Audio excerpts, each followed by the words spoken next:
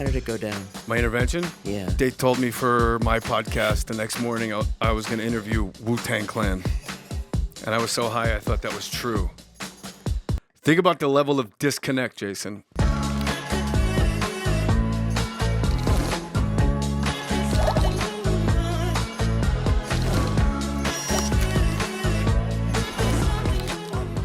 How are you? I'm great. I'm happy, healthy.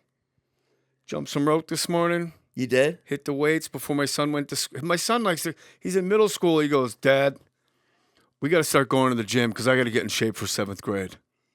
I was like, yeah, let's do it. What's 7th grade? I don't know, but apparently that was like his line of delineation, like between men and boys. Yeah. So yeah, we just go, I mean, I got to get up at 5 to do it.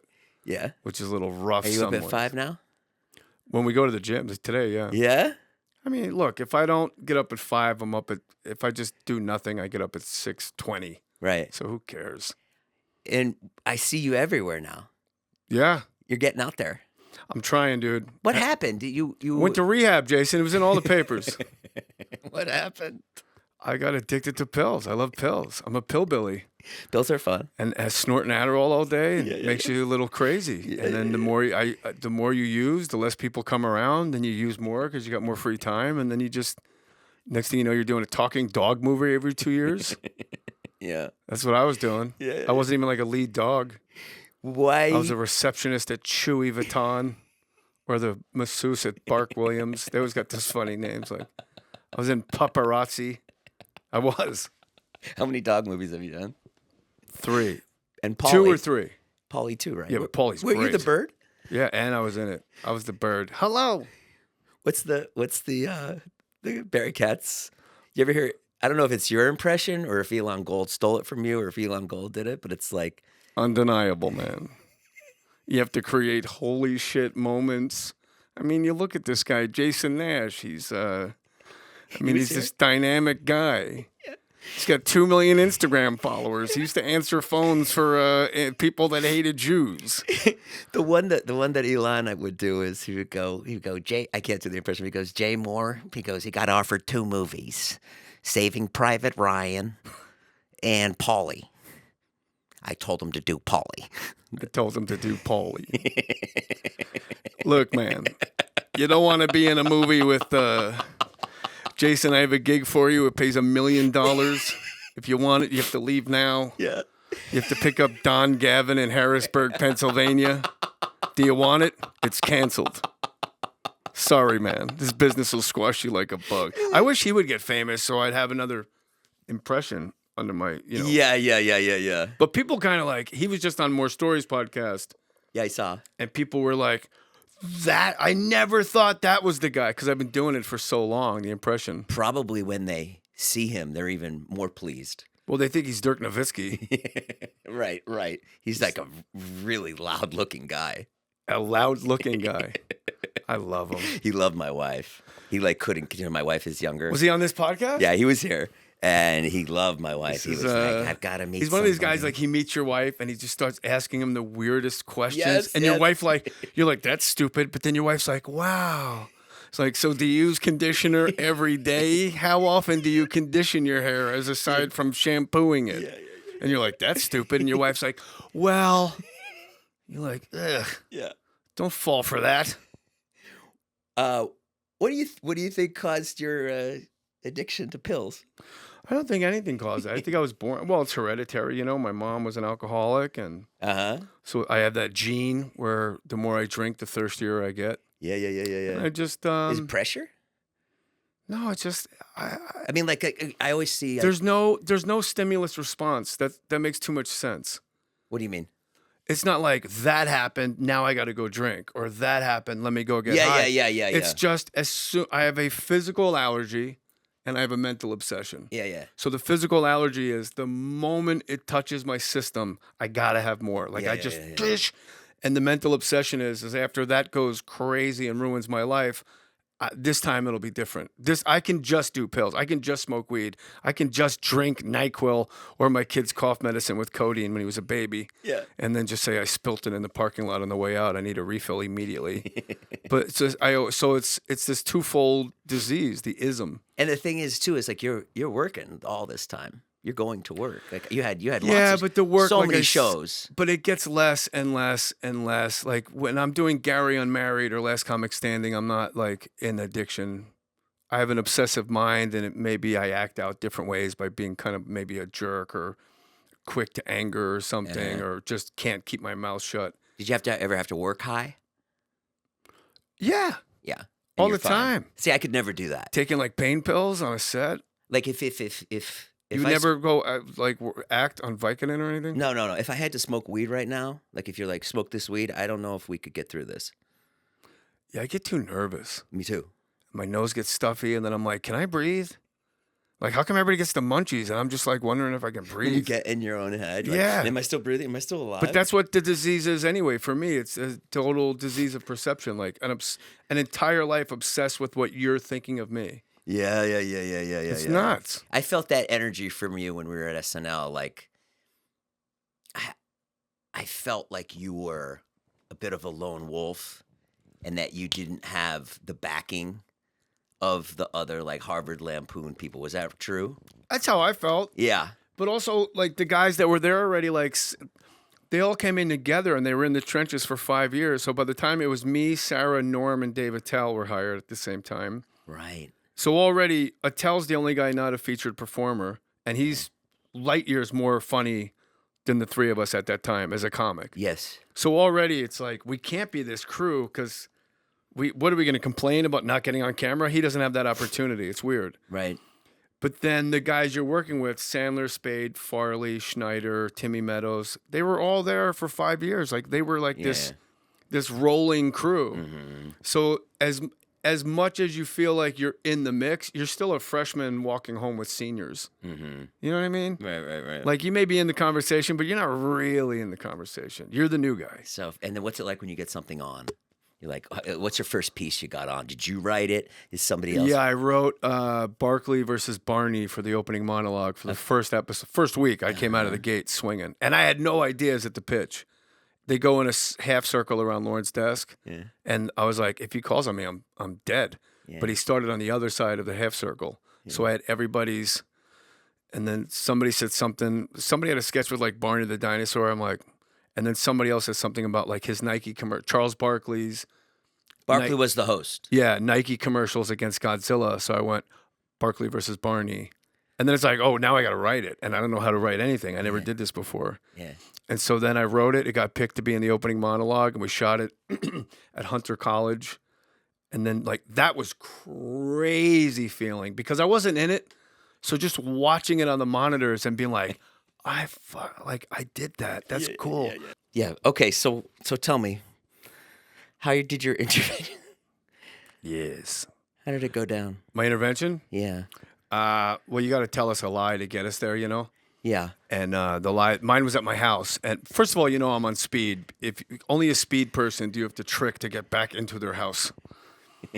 They told me for my podcast the next morning I was going to interview Wu-Tang Clan. And I was so high, I thought that was true. Think about the level of disconnect, Jason. I thought Wu-Tang Clan was coming over to my house at 8 o'clock in the morning. Yeah. I thought the 8 blackest men alive were going to set alarm clocks and come across town to come into my cracker house so I could interview them and help them with their careers. Right. Have you ever seen Wu-Tang on a podcast? No. Not even Champs. Drink Champs. Fingers crossed. So, and Skylar Stone was emailing me for a week as RZA from a dummy account. He's like, yo, what's up? See you Thursday, bong, bong, bong. I was like, fuck yeah, me and RZA are tight. Yeah. Yeah. Do you know Wu-Tang? No. You don't know their songs? Oh, yeah, of course I do. Oh, you do? Oh, fuck yeah. Yeah. Yeah, so I was up all night, like, coming up with the greatest Wu-Tang interview ever. Yeah. And then I walked into my podcast room and, you know, an intervention's like the worst surprise party ever. Everybody you love is there. You walk in, you're like, hey, oh shit. You turn into a demon. You start cursing at your grandmother like, you fucking old bitch. You lied to me, you fucking old bitch. Yeah. You're a liar. Yeah. You turn into a ghoul. Really? And then, yeah. And I just saw everybody in there. And How many people? 11. Jeez. I was like, you guys got to get the fuck out of here. Wu-Tang Clan's coming over. And then I saw the interventionist, and I was like, oh, one of these kids is not like the others. Your wife is there? My wife was my girlfriend at the time. She was there. Yeah. I thought she did it. It was my agent, Matt Frost. And then, but I thought it was Jeannie. And then you pack for, like, how do you pack for rehab? I don't know what's going to go down. So I'm just stuffing shit into a backpack, and I was angry packing. I never took my eyes off her. Yeah. And I said nothing, just staring at her like, you fucking traitor. Yeah. I didn't say nothing. And then I got to rehab, and all I had was 9 pairs of socks because I never looked. And then I had to call her, like, could you bring me pants, but nothing with drawstrings? Right. Because they're afraid I'll hang myself or someone else. And then how long you stay there for? 28 days. And then there was a Zoom call. My Zen gave me hiccups. I'm a fucking I used to snort shit off toilet tanks, and now I'm like, my Zen gave me bubbles. And I'm already on the 3s. I did a month in San Clemente, and then... San Clemente, it sounds like a prison. I know. It was nice. Yeah? Yeah, we'd go to the beach once in a while. Yeah. But that's when I learned like how powerful a drug Seroquel is. They give you that to help you sleep. I think it's so you'd never leave rehab because you're like, man, fuck this place, and you can't go anywhere. You just like makes you a zombie. Right. But those walks to the beach in flip flops the day after taking Seroquel were like I would actually kind of cry, like just walking like, like I can't. It's horrible. Seroquel. It's an antipsychotic. It helps you sleep. But, you know, you're in there with a bunch of gangbangers. They're like, what are you on? You're like, I'm on an antipsychotic. It's just to help you sleep. But, like, it knocks you out. Like, I would just wake up. And what time you go to bed on a Seroquel? I kept going earlier and earlier. And the guys would tease me. They're like, why do you go to bed at 7 o'clock, S.A.? I'm like, I'm just killing time. Yeah. The sooner I go to bed, the sooner I got another day. Yeah. But that is good. You're getting it out of your system. Might as well sleep it off. Yeah. And I would wake up with like a melted ice cream sandwich on my shoulder. Like, what the fuck? Did I get a bird last night? What happened? It was crazy. So then after that month in rehab, there was a Zoom call with 2 guys from my intervention. And I thought they were going to argue over like who got to come pick me up. Mm-hmm. And they just held up a brochure to a second rehab. And they're like, now you're going to go here. I'm like, fuck. Like nobody was real excited about me coming home. Why a second one? They're like, look. My buddy Chappie from Boston says, look, man, the bus broke down. This place didn't work on the bus. They just kept an eye on it. This next place is going to work on the bus. Get under the hood, see your causes and conditions. Had he been through it too? Yeah. Yeah. So then I went to this place up in Sausalito, and, you know, that was a co-ed place. Okay. And I was like, oh, shit. First of all, like, it was really nice. And I went on a scholarship through Comedy Cares. Yeah. And, like, just the thread count. You know, I was in like a not mangy, it was just no frills. Yeah. So then I go to this place with like nice sheets. So I'm like, oh, I'm going to lay in here naked. Yeah. I got my own little room. I don't have a gangbanger roommate. Yeah. And I'm laying there, and then I could see, it was co-ed. So like a nurse is checking me in. I'm like, And then I could see into a house, like on the other side of this little hill, and I could see this lady walking around in a little mini bathrobe, like the sexy, like F me ones. Yeah. But I could see her whole body if I could stand on my window ledge, looking down. But I couldn't get both feet on the window ledge because it's only that wide. So I'm butt naked. I put 1 foot on the bed. I put 1 foot on the window ledge, and I'm doing that like downstroke. You know, like I'm starting a double play, jacking off. Yeah. And then I'm like, and then behind me I hear, time for meds. I was like, could somebody check out this ceiling fan? I think that's how it started. And then how long were you there for? 3 weeks, I got kicked out. For jacking off? No, some girl said I touched her. It was really odd. No. Yeah, it was weird. It really was. The first week I was there, I'm not going to say the name of the place because it was not a good fit. I think maybe because I was on scholarship. It is a business, you know. Right. It's a total huge business. They were getting paid. The first week I was, Jesus Christ, we're checking the cameras. hire somebody. So as I'm in the middle of this conversation, you get up, block my camera. You're like, oh, I need a SIM. I don't know if you guys know this. Probably not, because he'll edit out to save his own ass. I'm in the middle of a story, and he gets up and goes upstairs and gets a new SIM card. So I'm just telling it to the pictures on the wall. Leave it in. The first week I was there, they pulled me out of a meeting. It's during COVID, so they're like, come here. I'm like, well. They go, listen, somebody saw you coming back onto the property last night getting out of a black SUV. And I was like, that didn't happen. Yeah. They're like, now's the time to tell the truth. I was like, what the fuck are you guys like talking about? I don't know where I am. I don't have a wallet. I don't have a phone. Yeah. And I don't know where I am for somebody to come pick me up. Yeah. And I have a roommate. The single bed was when I was being quarantined the 2 days. So I got a roommate. Plus I saw your RA at 1 a.m. They're like, well, this happened at 3. There's a gap. Yeah. I was like, this is fucking. So I got re-quarantined. It was weird. And re-quarantine means you no contact with anybody. Yeah, so like, and they pulled me out of a meeting, so I got like no books, nothing. So I'm just in a beige room for 2 days, like. Oh no. That's awful. It was really weird. What did you do for those 2 days? Just slept. I'm a good napper. I take naps every day. Yeah. Every day I take a nap. And like, how are you now? Like, what does your brain do like during the middle of the day? Is it like? There's not a lot going on up here. There's no, not. There is. No. Of course there is. No, I'm not like a future tripper, and I think that's why recovery was, I hate to say easy for me, but kind of easy for me, because they just said, this is what you do, and I went, okay. Right. I was 50. Yeah. Like, it's humiliating. Like, I didn't need to be embarrassed. Yeah, I didn't need to be humbled. I needed to be humiliated. Like, when you're at your own intervention at 50 years old, Yeah. it's humiliating. Right. If you've ever watched the show Intervention and talk shit to the TV, now you're that guy. Yeah. So I was like, my intervention was quick. Like 8 minutes in, I said, just so you guys know, I'm going to treatment. Right. But that's not circumstance. That's not virtue. That's circumstance. Because my first addiction, Jason, is your approval. Like, if you don't like me, I don't know how to act. So I just act how I think you want me to act. Yeah, so the fastest way to get everybody looking sad and crying and shaking their head no to looking happy again was just like, yeah, let's go. But then, like, my mom was in AA like my whole life, so I knew it worked. Yeah. So I was like, it's probably why it took so long for me to come around, because I knew it would work. Your mom would go to meetings and stuff? Yeah. Yeah. Your dad too? No. He's just a square guy. Couple glasses of wine, his face turns red. Yeah. He starts breaking balls a little bit. You're like, oh, Dad's had a couple pops. Pays attention to you all of a sudden. Do you have father issues? No. None. I I do. I have huge father issues. My father's masculine, fucking tough guy. Terrible. Do you watch like stepmom porn? Because all my porn is like daddy dog, like, oh, daddy. Like, that's my jam. Yeah. Me too. Yeah. Stepmom, not as much, no. Do you get... I don't watch porn anymore. I quit it. Good. Yeah. Yeah. Yeah, it was just no good. It really gets nuts. Also, what's the weirdest thing you watched? What's your most embarrassing nut? Stuck porn. What's that? Stuck porn. Oh, and they're like, oh, I can't get out of the dryer. Yeah.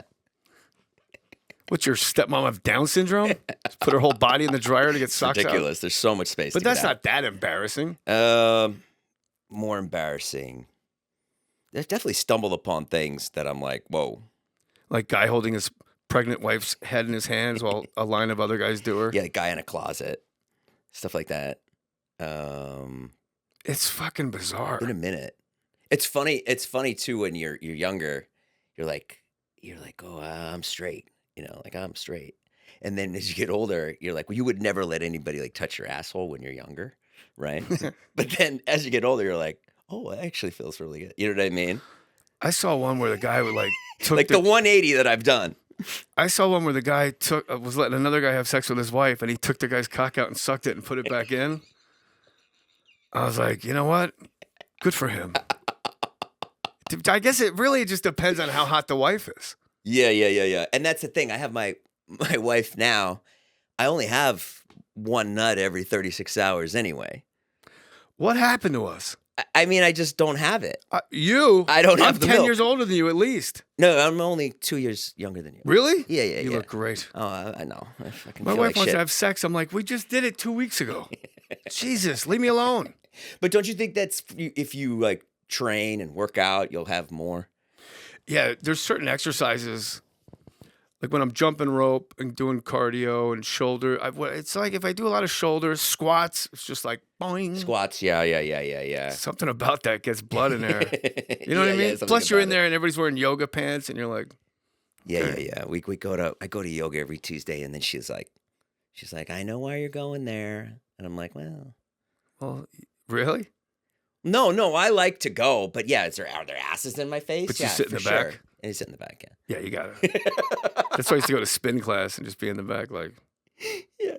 Wait, you live in separate quarters, right? Yeah, she lives above me. That's incredible. It is. It was her idea. That's incredible. I think a lot of guys would love that. It makes so much sense. Like, I'm 54 fucking years old. Like, I don't want to watch House Hunters every night. Right. Women go fucking nuts for that shit.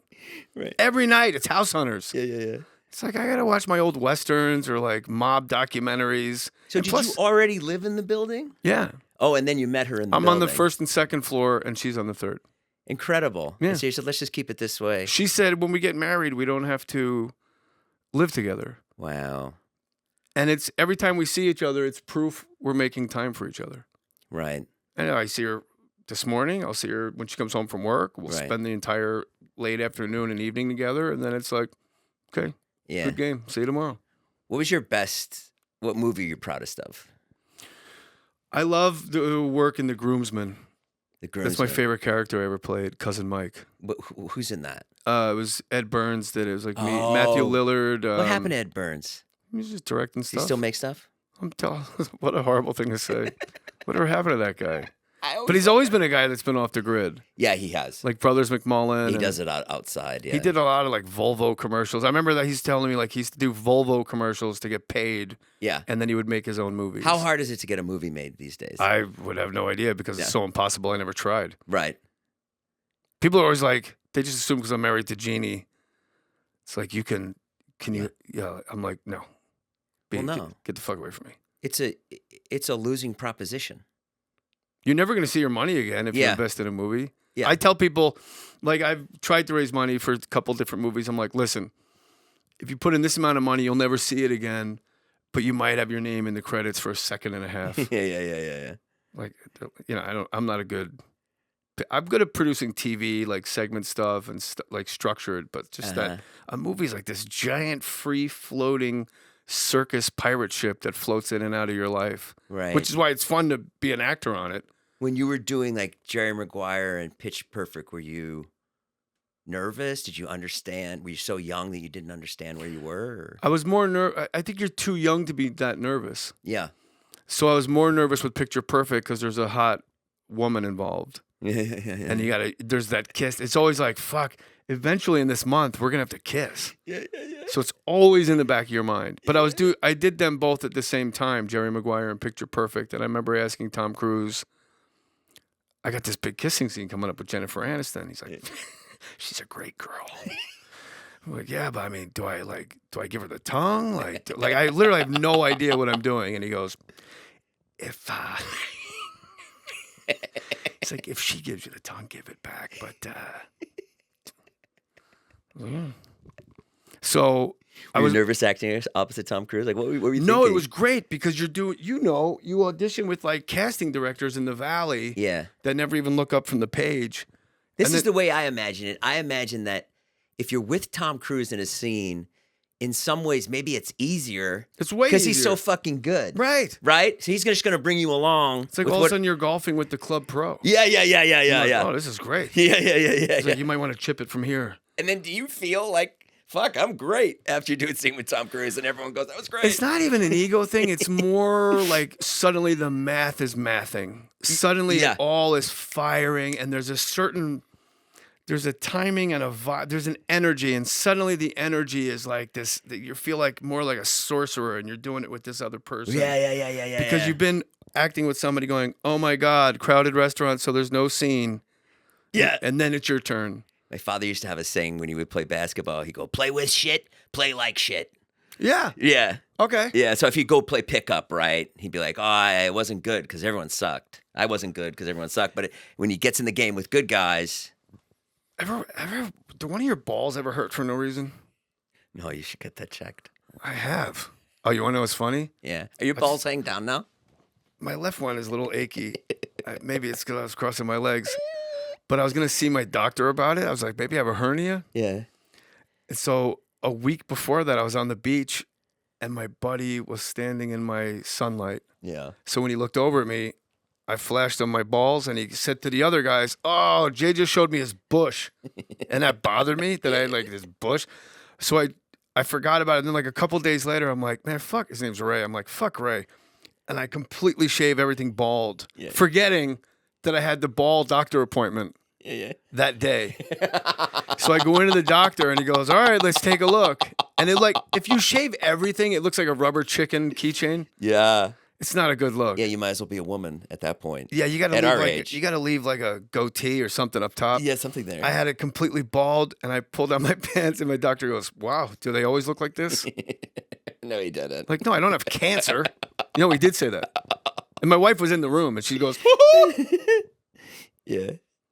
So I wasn't nervous with Tom Cruise, but I was nervous more with Jennifer Aniston because it's, you know, women are like your higher power in show business. It's like, well, I hope she likes me. Yeah. That is a weird position to be I think in. it's a good question though. Where was I like nervous? You know, I can remember being super nervous before I hosted the NHL awards. Oh, what was that like? That's an odd gig. I didn't know hockey really, and I was faking it. Is that like the ESPYs, but for hockey? Yeah. Like I've hosted the NASCAR awards a couple times. Yeah. And you got to wear a tuxedo. What happens at the NHL awards? They just give out awards. Yeah, a couple. We did a great pre-filmed piece where they were doing the HBO 24/7 where they follow the players around. It was and they just filmed me and they made it look like I was a part of it. Yeah. So it looked like I was showering with Ovechkin. Oh, okay. And it looked like I was in the locker room when the coach was cursing the guys out. I'm like, this guy's got a real pot. It was really funny. Really well done. And you had a monologue and everything? Yeah, and I was really, really nervous before I went out, and then because athletes they can be tough. They might not laugh, right? And remember Norm's SB amazing performance? So great. Yeah. So what was your job? Were you like his assistant? I was on the desk answering phones. No, you said you worked for Norm for a while. I did, and then I would work the desk from 9 to 5, and then from 5 to 10 I worked for Norm. Doing what? Getting jokes, giving him the jokes. Oh, okay. Honestly, just sitting there. I remember. Did he pay you? No, I was just paid through SNL. But it was just the fact that he liked me, just the fact that he would let me in that room and let me sit there, was to me like, oh, I don't want to be anywhere else. Learned so much. The greatest rewrite I've ever been a part of was Norm. We were doing the sketch where David Spade is a weight loss guru, and he really just gets you hooked on meth. Right. So it's right. When they show like the outline of a body and it says like in 6 weeks and the outline gets like skinnier. Yeah. It said like in 6 hours because like you just smoked meth. Yeah. And it was my phone. So then there was this part of the sketch where Farley goes to a drive-through window and says like, I'll have 15 cheeseburgers and it's this really long order. And the guy in the box goes, will that be all? And he goes, no, I'll also have. And then we argued for 2 hours from 1 a.m. to 3 a.m. about what the back end of that order should be. Right. Like, have them just repeat, like, no, will that be all? No, I'll also have, and then repeat the exact same order. Yeah. And you hear things in a writer's room like, too jokey, too on the nose. Yeah. Hat on a hat. Hat on a hat, too sweaty. Yeah. And it's like, how about he changes the Cokes to Diet Cokes? Like, we can do better. Yes. How about... yes, the specifics of that. How about he just says, make those apple pies French fries? And they're like, 2 hours. Yeah. Like, will that be all? No. I'll also have... And Farley's not there. No. So you're kind of just guessing what Farley's going to say. And then we hear from the couch by the door. He goes, hey, you guys are arguing over the back end of that order, Yeah. So Chris goes to the... we didn't know he was there, so we all jumped. Yeah. Chris goes, give me those 45 cheeseburgers, and milkshakes. And when the guy in the box goes, will that be all? Chris could say, yes. Brilliant. Yeah. And then when they filmed it, Chris says yes, and he's got this look of like smug, like it's already working. Yeah. Will that be all? Yes. Right. It was like we were just a pack of dogs hunting in the wrong direction. And Norm, one syllable. Yeah. Yes. What was your run-ins with Farley like? He was the most beautiful man I ever met in my life. So people have asked me, they're like, "Well, who was the funniest?" And I go, "Well, he was." I don't know anybody on earth ever funny as Farley. Right? Ever. And the thing I always say is, even someone like Norm would say that, right? Who everybody, was really funny. You couldn't. Resistance was futile. Yeah. He was like this wrecking ball of joy Yeah. that would just smash through any wall you had. Yeah. We were wrestling Farley. I'm 1-1. Yeah. Yeah, he beat me once. You wrestled him? Yeah, we always because Fred Wolf would be like, "Hey, Chris, JJ wrestled." Yeah. So shut up, Fred. It's like, no, he'll beat your ass. He was good. He wasn't like you. He was good. Shut up, Fred. And then it would just get going. Damn. And we were in the graphics room, and it was Farley, me, Fred Wolf, and David Spade. Damn. And they're like, yeah, like little kids, like, do it. And I make the mistake of shooting on Chris's legs. Like, I'm going to shoot on a 340-pound guy. I decide to shoot his legs like an idiot. And he just collapses on top of me like he's like a building coming down. So I roll over on my stomach. I get my arms in like this. And then for the next minute, he's just sitting on my back going, and I think I'm going to die. Like, my bones are going to break. Was he 340? He was, I don't know, he wasn't 240. He wasn't 240. He was, no.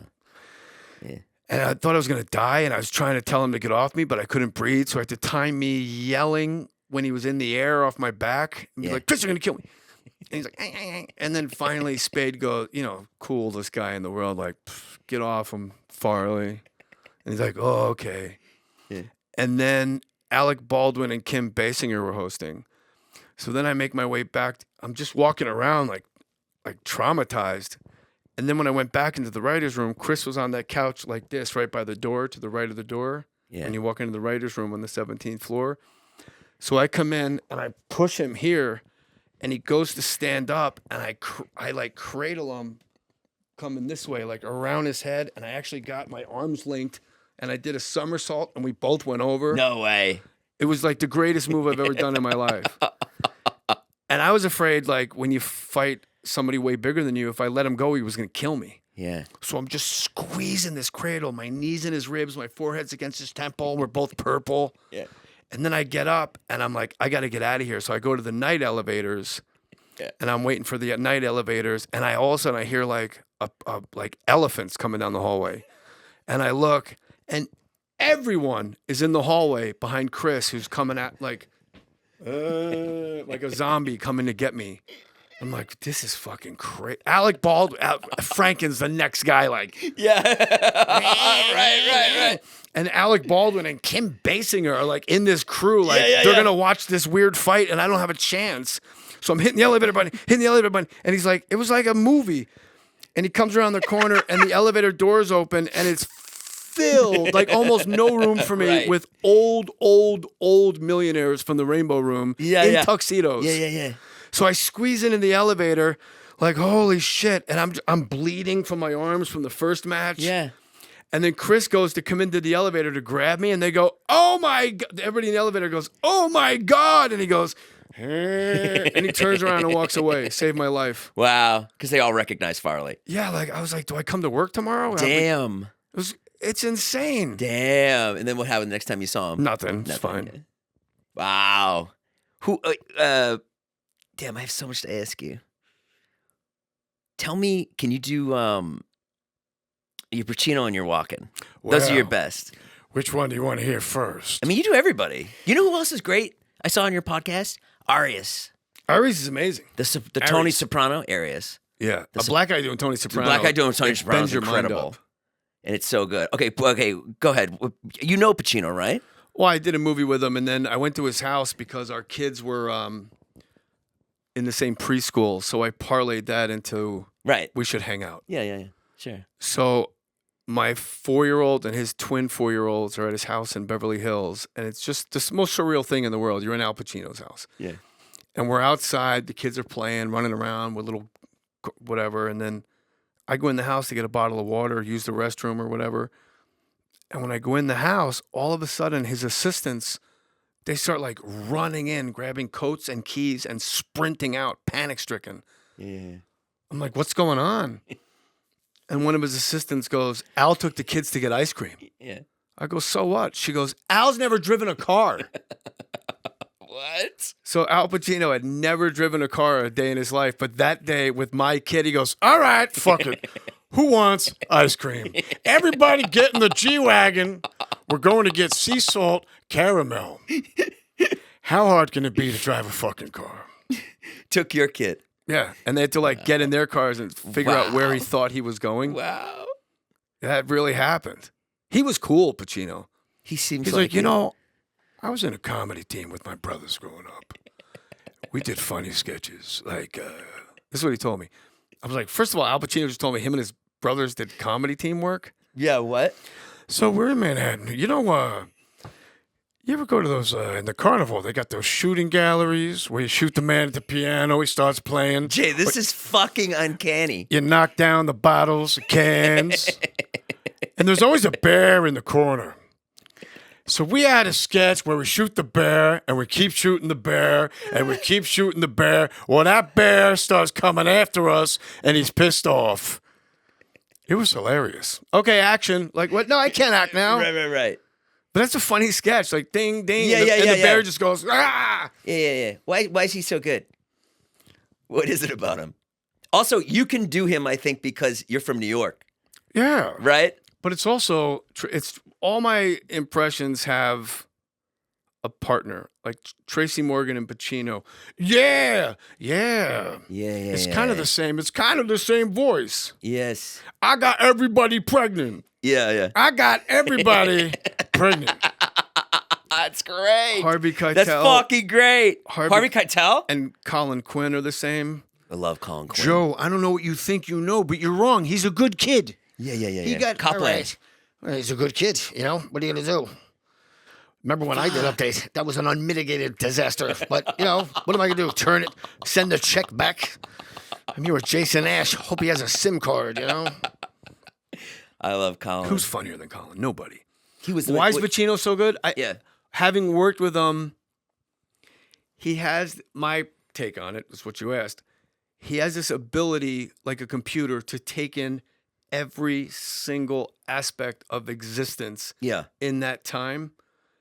And it's very bizarre. So it kind of transcends where you're actually not with Al Pacino anymore.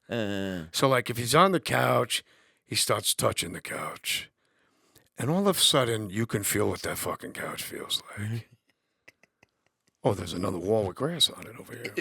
Like he just notices everything. Wow. And Walken. He's the GOAT, as the kids say. Yeah. That stands for greatest of all time. I don't know how you are on acronyms. Yeah. Walken's like... But you don't just do him. You've spent time with him. Like you were on a set with him. We did Suicide Kings together. Yeah. And Probably similar to Pacino, right? Like that style of acting? Or no? both of the same time, you know? Yeah. That like Cassavetes, like, am I even watching somebody act? Yeah. Walken, he's just got his own rhythm. Like we're all trying to, it's almost like we're all trying to do rock and roll, and then he comes in and starts playing jazz. Yeah. And, you know, I do this in my act. I closed with it for so long, but it's true. I had my Rottweiler with me on set, and he goes, how come your dog doesn't have a tail? What happened to your dog's tail? Where did it go? And I go, well, they cut them off, I think, when they're puppies. He goes, that's too bad. It would be great to have a tail. Everyone would know if I was angry or upset. They'd see me coming down the block. They'd say, get back. Look at his tail. He's crazy. And I go, I think you mean happy. They'd know if you're happy because you'd wag your tail. And he goes, maybe you and your tail. But with me, they'd know. It's like, what do you say after that? Yeah. Like if he wasn't an actor, he'd be a weirdo. You wouldn't, yeah. Yeah. He'd come in, I remember one day he was like an hour late to set, which was not, he's very professional. Sure. He was an hour late. I'm like, and Dennis Leary just fucking goes, Chris, what the fuck? What's going on? And he goes, my neighbor at the hotel, his cat got out. It was all night, but he was staying at the Chateau Marmont. Right. The cat got out. It's crazy. And Dennis Leary goes, Chris, about Natalie Wood. He goes, what happened that night? Yeah. With Natalie Wood. Just fucking boom. Yeah. And he goes, she couldn't swim. It was horrible. I was like, damn, Leary's got balls. Wow. You had to even ask that. I had a crying scene on Suicide Kings. Yeah. So I'm in the corner, like trying to get my tears going. And then they're like, okay, we're rolling, sound speed. And then Chris goes, hey, Jay, what's the name of the girl who plays the nanny? I'm like, Fran Drescher? He goes, I would like to bang her. Action. And Ileana Douglas told me he did it to her on Search and Destroy. They were supposed to like, one of them just shoots a cop at a traffic stop and the blood gets all over them. Yeah. And they're supposed to be like, and he and like, okay, we're rolling, and they're ready to throw the blood on him, and they dot him up with blood. It's her and I think Griffin Dunn in the backseat of the car, and he's in the front, and he takes the rearview mirror. He goes, "Did either one of you watch Geraldo yesterday? There was a 600-pound man." They're like, we can't fucking act now. You take class? No, You never took a class? Never took an acting class? no, I always got gigs. What? Yeah, And I would you- like to, You never felt but don't you think like? intimidated when you were sitting with Al Pacino or Chris Walken? No, because I'm a show off. It's like, all right, let's do it. Let's do it. Like, yeah. Yeah. Like, I get to sit in with this band. Yes. But don't you think with acting classes, and I'm coming out of complete ignorance, it's like, Sure. I would love to take an acting class. Sure. But if I'm mixed in with like the waiter from the Daily Grill, Yeah. because this town's filled with people lying to themselves. Yes. Like, that guy's never going to get a job. Right. I don't want that guy judging my monologue. Right. Yeah, I'd you're like- already there. Like, that to me, Well, is, even a private class, even but a that to one-on-one. me is more nerve-wracking than working with like Clint Eastwood. You get Jerry Maguire and your agent doesn't go, let's get you with a coach. No. No. I would take dialect coaching. Like for the Jeff Foxworthy show, I took a Georgia-specific dialect guy coach class. Yeah. And then I had to learn Italian for the movie Mafia. Yeah. So I just I would get in like, I like stuff like that. Yeah. Fuck. So how, like, you got like crazy famous on Vine? I got on Vine, started doing that. Then, And did you monetize that? Yeah. We were the first to monetize Who's like, we? the internet. The people that did Vine. Like the creators that got on there. Oh, okay. I made a I thought it was movie. like I you made a and- movie. I made like an independent movie. What was it called? Jason Nash is married. And Was it as good as the book? No, it wasn't good at all. Oh, really? That was terrible. How'd you raise the money? I did, and I shot it piecemeal, like through weekends. But I had a lot of good people in it, and then I sold it to Comedy Central. So I was like, all right, I'm going to try to get this out there. And so I got on Vine, like, oh, maybe I'll sell a couple movies. And then I got 3 million on Vine. Got on at the right time. What were you doing? What was your biggest, like? I would just do little characters, skits. Yeah. And then one day this girl came over. You know who Brittany Furlan is? Sounds very familiar, yeah. She's She's She's I married know to her. Tommy Lee. She's very Yeah, funny. yeah, yeah. She just came over one day. She was dating this comic that I knew, and she put me in one of her videos, and then I went inside, and I had 500,000 followers. It was like that. So how do you get money from that? Like, So then you're sitting there, and someone calls me. They're like, "Hey, you post a 6-second video. It's $10,000." So I have no money at the time. I have 2 kids. but a 6-second video talking about like, Yeah, like it would be an app or something, or hey guys, a TV show. everybody on Vines, they all talk like this. Yes, because you have to talk fast. And now my sons, it's all like YouTubers. Yeah. And they all talk like this. Yeah. We wanted to put 5 people in this hole for $4 million. And the last one out was going to get $1 million. Yeah. Oh my God. And you know that's ruined YouTube in a way. We wanted to make a salad, so we went to the store and we bought lettuce. We had to buy lettuce to make our salad. Let's go see what the lettuce looked like. It's like, bro, nothing's that exciting. Okay, guys, the lettuce chef is here. Whoa! That's extreme. But that stuff is for like a 10-year-old. Yeah. Right. They keep yelling, that's extreme. Meanwhile, my son's on the couch like this. Like, could you make that a little extreme? This guy? I'm trying to get him into wrestling. Yeah. And then Vine died. How does something like that die? I don't know. I woke up one morning and I was like, it was gone, all 3 million. Jason, it's Barry. Vine's canceled. Yeah. And then And then what happened? Oh, then I was doing stand up one night, and there was a kid in the audience who was like 19, and I walked off stage, and he was like, "Oh, you want to come make videos with me?" And I was like, "Okay." And so then I got 3 million on YouTube, just making vlogs. I got really lucky, just Good for you. right place, right time, and then now. I'm so far behind on that. Like I just met with a social media team. Yeah. And I like, watch people now, and I'm like- watching everybody else get into it now, and I'm like, wow, everybody does it now. It used You to were be first. 5 years ago. It was like I was the only one on Instagram. How many followers do you think I have on Instagram? You have 2 million, right? Yeah. I looked already, so it was rhetorical. I don't know. Take a guess. Guy, 200,000. no, 90,000. Yeah, Like, what the fuck is going on? Because people are not inspired to follow anymore. At first, when Instagram was new, it was like, well, I'm gonna follow Jay Mohr. I like him. And now they're like, oh, I love Jay Mohr. Should I just start talking about my sore left nut? Yeah. I mean, the thing that You ever get caught jerking off? no. Really? I don't think so. I mean, like, yeah, I've had close calls. My mother walked in and something like that. Have you? Oh, yeah. Oh, yeah, you got caught jerking off in the bathroom I had in the rehab. I had an assistant walk in on me once, and I was so stoned. Like, No. Female? yeah, Yeah. a beauty, a Saudi beauty. Yeah. And I had the neck massager plugged to the wall next to me, and I was butt naked on my bed in Malibu, like, "Nyeh." And I look up, she's right there, and I'm like, it's exactly what it looks like. Yeah. No way. Was she all right with it? I was just, that's why you get those NDAs up front. You want to come work for me? Sign on the line that is dotted. Yeah. What do you We're do? still- what we're do you still do now? friends. Like, what are you gonna go do? You have a gig this weekend? You go out? No, I was in Illinois last weekend at this place, the Comedy Vault. I'm going to leave here, go to a noon meeting. Do you love it? You love doing stand up still? There's 11 minutes in the hour where I'm like an alchemist. Like it's sorcery. It's something greater than all of our parts is happening. Right. But that 11 minutes, it's a 5-hour flight. You got, it's a whole thing. It's the 20 hours alone in the hotel room. It's a young man's game. Yeah. I see other guys' tour schedules and it gives me anxiety just watching it. Yeah. I'm like, I don't know how these guys do it. Like Nikki Glazer just came out with her tour schedule and posted it, and I was just like I would die. Yeah. 300 dates. That's insane. Right. I go out every other weekend. I got it made. Yeah, that's good. Yeah. Do you ever watch Kill Tony? Sometimes. You should get on there.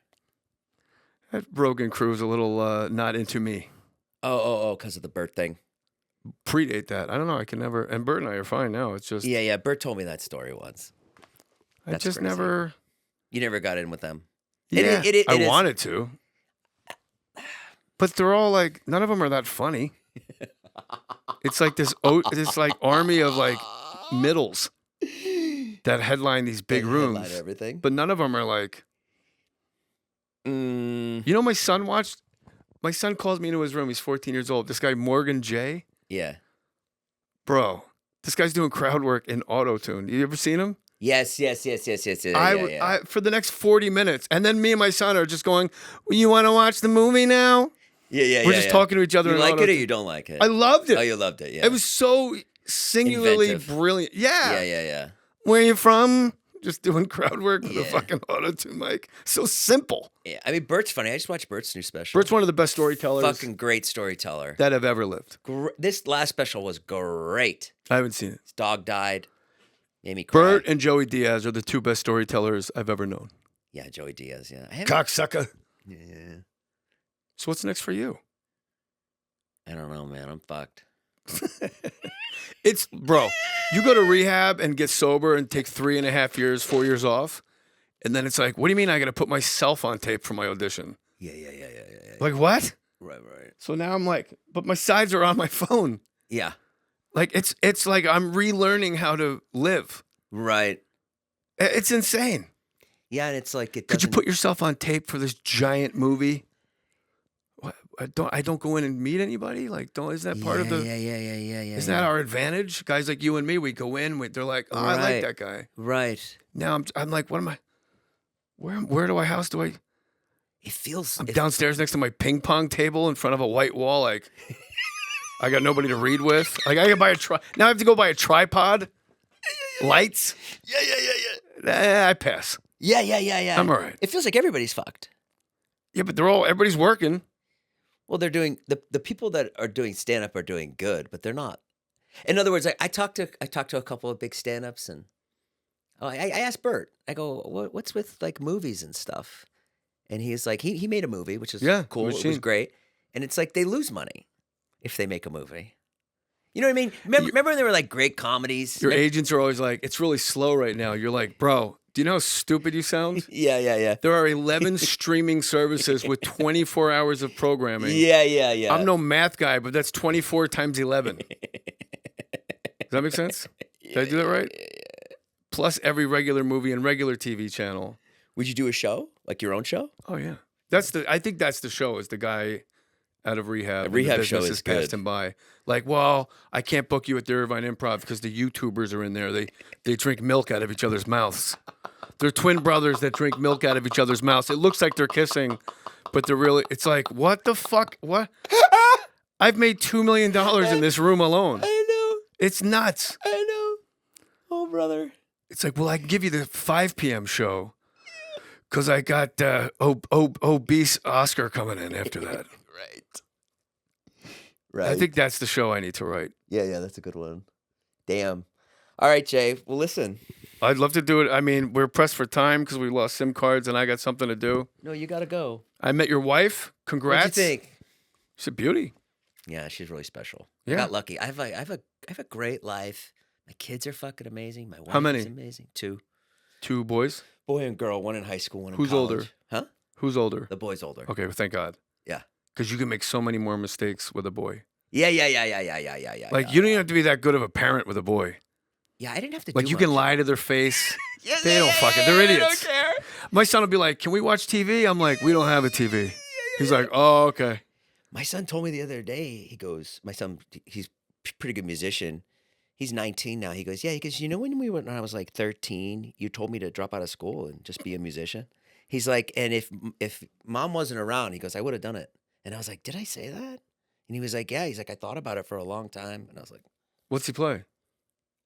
guitar. He's good. Girls are like, I don't, but now, like, I'm older, I'd be like, that'd be great to have a girl braid her hair, all those little, like. You don't have a girl. You have 2 boys, I got 2 right? boys, 22 and 14. Yeah, And they're fucking a girl is awesome. Boys is like, Yeah. you pull up someplace in the car, whoever gets out of the car first jumps the second guy. So it's so you're never late. You're never waiting around like, come on, guys. Like, girls are like, you ever go somewhere with your wife? You're like halfway in the restaurant and they're still in the passenger seat going. It's like, get out of the fucking car, lady. I like the bit you did about your wife parallel parking. Oh, my God. So funny. She pulls up. And you know what all the comments are? Yeah. Why is she driving? Yeah. Like, why would you let her drive? Aren't you a man? Oh, wow. Like, I don't know. She said, whose car should we take? She said, mine. So I got in. Yeah. Yeah, she pulls up next to this spot. It's on Centinela. Cars are blazing past. I look to my right and I just go, yeah, right. It's the hardest I've ever made her laugh. Yeah. All right. Well, listen. Where can people see you? More stories. Yep. Go check out more stories On all your devices. Yep. Got And then Flavor go- Flav. And tomorrow. jmohr.com. Flavor Flav. Yeah. Can't wait. What do you mean? I'm doing Flavor Flav tomorrow on the podcast. He's coming on your podcast? Yeah. No. You know where I met him? At Billie Jean King's Walk of Fame ceremony. He was her guest. That was not on my 2025 bingo card. The tennis player? Yes. Billie Jean King and Flavor Flav. Wow. What was he doing? I don't know. I there? got to ask him about it on the pod. Hey, one last thing. All the ancillary people. I listened to your book last night. The more the gasping for air, and all the ancillary people at SNL are so interesting. Teresa the nurse. Yeah, just like you mentioned, like Patty Reagan, like the people. Oh, That I thought you are, meant the people that work there, like Wally the cue card guy. Yeah, Wally the cue card guy. They're Or all do- still there. It's Do you remember great. the security guy? Ron? Ron, yeah, who was like, Ronald. Those are the guys I was friends with. yeah, I'm still friends with Billy Mack, yeah. Ronald Knight, and when I went back for SNL 50, How was that? it's the greatest weekend of my life. And Really? I have 2 kids that were born. They Yeah. didn't come close to this. Yeah. But I was like, they're like, no, you're not on the list for the red carpet. And me and Jeannie just wanted our pictures taken. Yeah. But then one of the security guys go by. He's like, hey, I'm like, remember? And just that was really the 30-year later benefit of hanging out with the salt of the earth guys. They're like, it's Jay Mohr. Yeah. New York City cop, Jay Mohr. Yeah. Who'd you talk to at the 50th? I was all weekend at the concert. It was me, Finesse Mitchell, and Dean Edwards. For some reason, we were always bing, bing, bing. Yeah. Every seating assignment. Incredible. Oh, man. You know why you got a great wife? Why? Because you're a good guy. Oh, thanks, Jay. Don't second guess it. I got to go. Okay, bye. Love you, buddy. Love you, Jay.